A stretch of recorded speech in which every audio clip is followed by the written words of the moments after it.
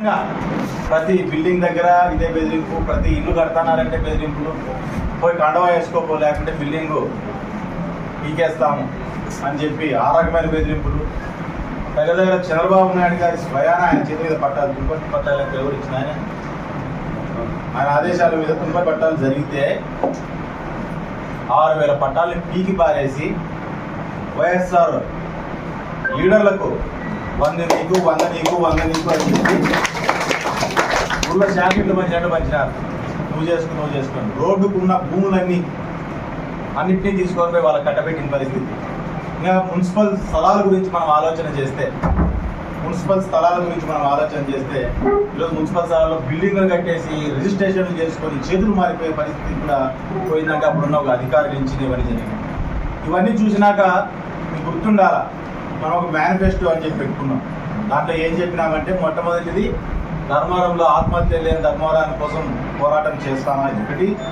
2, ఏదైనా బాత్రూములు ఇల్లు పీకమప్ప ఏదైనా ఉన్నా వాళ్ళని అడిగి నచ్చ చేసుకున్నాం, సర్దుబాటు చేసుకున్నాం. ఏ పార్టీ ఎవడైనా కానీ మా ఇంట్లో ఆడపిల్లలు ఇబ్బంది పడినారు, అదే అవతల ఇంట్లో ఆడపిల్లలు ఇబ్బంది పడితే అది సునకానందం పొందడం మాకు ఇష్టం లేదు, ఆ పరిస్థితి మాత్రం మేము తీసుకురా అని చెప్పని మనం మేనిఫెస్టోలో కూడా పెట్టడం జరిగింది. కానీ ఈరోజు ఆ వ్యక్తికే కొన్ని ప్రాబ్లమ్స్, కొన్ని అవగాహన లేకపోవడం వల్ల, కొన్ని దీనిల వలన అతనికే మున్సిపల్ చైర్మన్ మళ్ళీ కమిషనర్గా ఈ ధర్మవరం మున్సిపాలిటీ పోస్టింగ్ పడడం జరిగింది. దాని విషయంలో ధర్నా చేయడానికి రాలే, కాలర్ బట్టి బయటకు ఇచ్చడానికి వచ్చినాయి.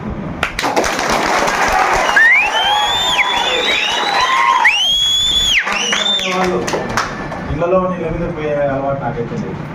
ఆఫీస్ లేక వస్తే అదే పనే జరుగుతుంది. ఎవరికి చెప్పుకోకుండా వచ్చిన నేనే సర్దుకు వచ్చిన పట్టుకొని బయటకి ఇచ్చి ఫస్ట్ పక్కకు వచ్చిన తంతానని చెప్పి చెప్పడానికి తన చేసుకో. 2021 నుంచి 2023 ఎలక్షన్ల ముందు వరకు అతనే ఉన్నాడు. ఎన్నో ఇబ్బందులు పెట్టినాడు. ఎంతో మందిని వైఎస్ఆర్ కండవా వేసుకోకండి, వేసుకుంటే మేము కనీసం ప్లాన్స్ అప్రూవ్ చేస్తాం, లేదంటే ఇల్లు ఉన్న పలంగా పడగొడతామని చెప్పి చాలా మందికి బెదిరించడం కూడా జరిగింది. అట్లాంటి వాడు వచ్చినప్పుడు ఖచ్చితంగా ఏదో టెక్నికల్ ఎర్రర్ పైన అని చెప్పి చెప్తున్నారు. వాళ్ళని కూడా దాన్ని సరిచేయండి అని చెప్పి అందరినీ కూడా అడగడం జరుగుతుంది. అట్లాంటి వాళ్ళు వచ్చినప్పుడు ఖచ్చితంగా దానికి నేను వచ్చేది. ఈరోజు మీకు మంచి చేస్తాను, చెడు చేస్తాను నాకు తెలియదు, కానీ చెడు చేసిన వాళ్ళని దగ్గర పెట్టుకుని ఓర్చుకునేంత నాకు పెద్ద ఉండాలంటే పెద్ద మనసు. వాడు చేసిన పనిని మర్చిపోయి మళ్ళీ నేను ఓర్చుకునేంత ఇదైతే నాలో లేదు. ఖచ్చితంగా దాన్ని అయితే నేను ఓర్చేదే లేదు. ఖచ్చితంగా దానికి తగ్గట్టుగానే ఉంటుంది. ఈరోజు ఈ ఆఫీసర్లు ఎట్లా ఆడుతున్నారో అదే రకంగానే వైఎస్ఆర్ పార్టీ లీడర్లు కూడా ఎట్లా వాళ్ళు చాలా మంది ఆడుతున్నారు.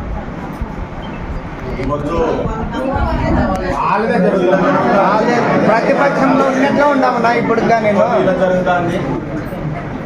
డ్రామాలు, రాజకీయాలు చేస్తున్నారు. అంటే బాబు వాళ్ళ దగ్గరికి పోవడం, ఇల్లు అంటే వాళ్ళకి తెలియక గబకని పోవడం, ఫోటోలు దిగ బయట పెట్టడము, వాళ్ళని గబ్బు లేపి వాళ్ళ మధ్య సమస్యలు పెట్టాలనే. అంటే బీజేపీకి తెలుగుదేశం మధ్య సమస్యలు పెట్టాలి, జనసేన తెలుగుదేశం మధ్య సమస్య పెట్టాలి, జనసేన బీజేపీ మధ్య సమస్య పెట్టాలి అనే ఒక కుట్రపూర్వకమైన రాజకీయాలు అనేటివి ధర్మవరం నియోజకవర్గంలోనే జరుగుతున్నాయి. చాలా వరకు జరుగుతున్నాయి. అవన్నింటినీ కూడా మనం గమనించుకుంటున్నాం. వారు కూడా గమనించుకోవాలి. గవర్నమెంట్ పోతే 2 నెలలు కూడా మీరు నిలబడలేకపోవడం అనేది నాయకులుగా నిజంగా మీరు ఏమాత్రం ప్రజల్లో ఇదైతారో మీరు ఒకసారి ఆలోచన చేసుకోండి. నిన్ను నమ్మి గెలిచినాడో ఓడినాడో నాయకుడు నిన్ను నమ్మి నిలబడుకున్నాడు, ఆ నాయకుని ఉంచినాడు.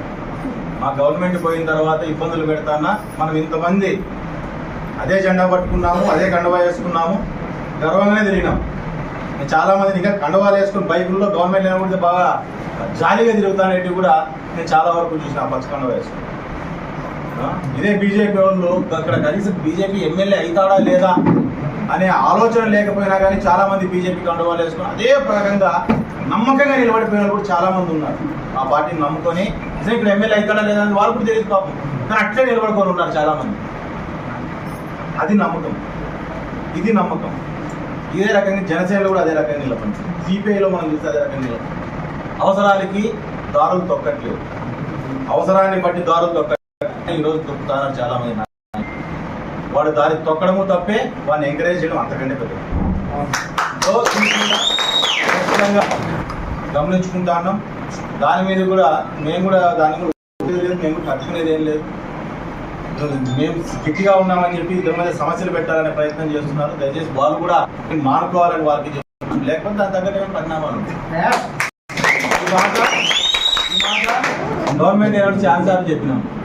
పరిణామాలు ఉంటాయి కానీ గవర్నమెంట్ వచ్చి 2 నెలలు అవుతాను.